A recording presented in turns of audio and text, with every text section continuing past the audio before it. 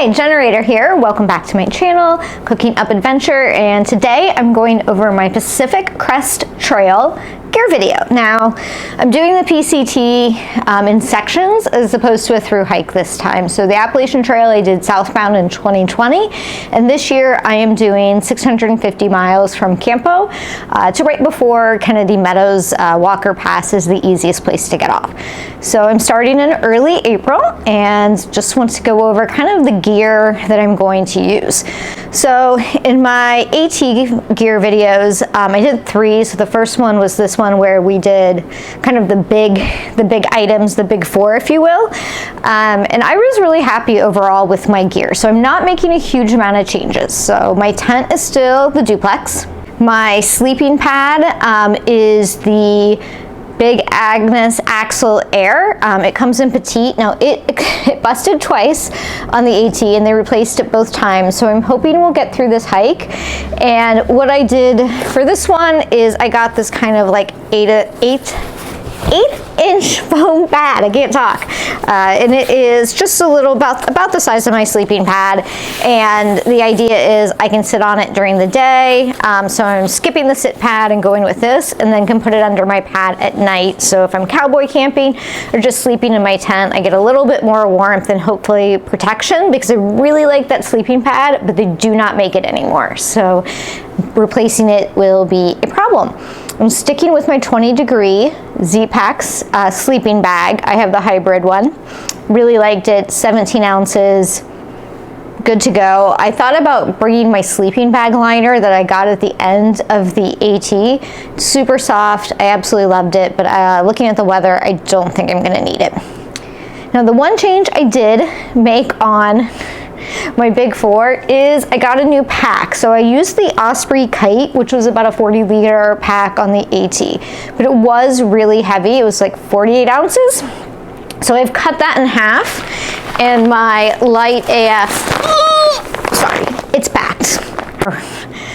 I ended up getting a light AF. It's the 40-liter Curve full suspension.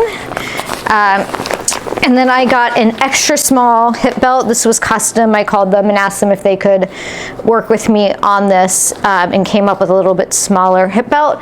If I loosen too much weight though, it'll be the same problem as the Kite. I'm not a particularly thin person, but I'm just really small in stature. And so finding a pack that is a short enough torso, as I alluded to in my torso video, is really challenging, and I need it to be small. So I went with the rainbow sparkle unicorn colors here, and I love it. It's super fun. Now on the AT, one of the problems I have with packs, because I have short arms, I cannot reach my water bottles. I can't use a water bladder like I did on the AT. The Osprey Kite actually has like a separate pocket for it, so it was really convenient, and I cannot reach the water bottle packets in any pack. I can get them out of this one, I just can't get them back in without taking it off. So I got this smart tube, and it screws onto the smart water bottles. It's the same thread, and then has a bite valve. Super simple. All right, I gotta check my list now. I cannot remember everything.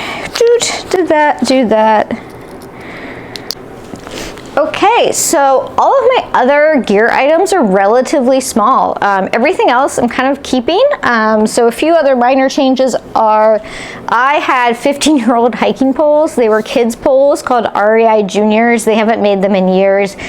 And I did not think they were gonna make it the whole way through the AT, and I did not think they were gonna make it through all of last year, and they just recently died, so I got the new Gossamer gear poles. I do have a trekking pole tent, and so I do have to have poles. So I've taken them out, as you can see, on a few hikes, and they're great. I really like them. They're simple, no drama. I lost my trowel.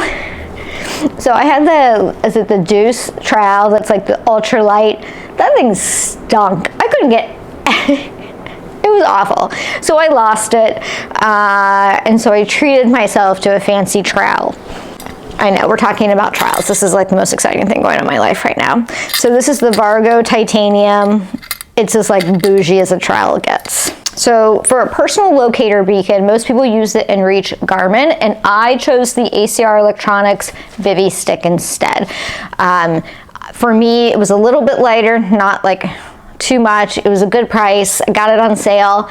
And on top of that, I liked the way that they tracked credits, getting weather, all of that stuff. The app was easy to use, and the way you sign up for it made sense for the hike that I'm doing. So that's why I chose the Vivi Stick over the inReach. Really happy I have it though. I feel much better.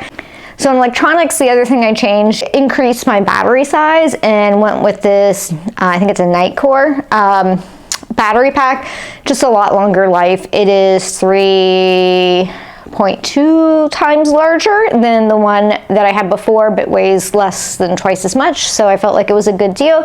And now I can actually edit video on trail. Before, I just didn't have enough battery power to do it on trail. So I was usually like 6 to 8 weeks behind on videos. So hopefully now I can kind of do more frequent, shorter videos and upload a bunch when I get to town. So that is the plan. In terms of clothing, the knee brace is coming back out. I ordered a lighter one, but I don't think it's going to be here in time. I was hoping I would not need it. I've been working with a physical therapist, but alas, not happening. Super bummed. Only kind of things that I've switched out for my normal kind of clothing gear that I took on the AT was I got a Melanzana hoodie and swapped out my Smart Wool base layer for that. I'm still also taking my puffy, and then I got this Mountain Hardwear sun shirt with a hood, and I'm switching from a hat to a visor. I know, it's like so suburban mom, right? But the reason is I get really hot and this covers my head, so I'm really just kind of trying to cover my face with it. I'm going to a skort instead of shorts this time. Main reason is I like to be able to like get my leggings on and off without having to like completely disrobe on the trail. Kind of weird. In terms of shoes, I started the AT in Hoka Speed Goats and then switched to the Ultra Olympus, and I still like both shoes a lot, but I'm actually going to do this trail, and these are the mid-rise Lone Peaks. So they are not, everyone thinks they're boots. They're not. They're like high top running shoes. And I like them. It keeps kind of, I don't have to wear gaiters, and I find the way they tie, it doesn't make the top of my foot fall asleep. I can get them kind of tight around the ankle and keep them looser across the top of my foot. So that's been really good. They're not heavy, and everyone thinks they're Gore-Tex. They are not. They're just Ultras that are a little bit taller. One thing I've noticed though is they will completely sell out of them, and then I'll get an email saying they're back in stock, and like 2 days later they have like, you know, you can get like a size 11, and that's about it. So if you see them and you want to try them, if you see them in your size, grab them, because they probably won't be in stock for long. Then I will not need an ice axe, but I may need micro spikes for San Jacinto. I've been watching the weather. I think I'm going to not need them, but I'm not 100% positive yet, so they'll probably get sent out as a backup, and then I can just always return them home. But I got the Black Diamond micro spikes, and you know, safety first, and I don't really want to carry an extra 8 ounces, but 8 ounces for micro spikes is really light, and you know, the terrain determines what you need. You don't really have a lot of choice in that matter. So one of the questions I got was how I'm getting all my gear from Ohio to California. And so I will do a whole logistics video on like what it costs, but I'm leaving next week.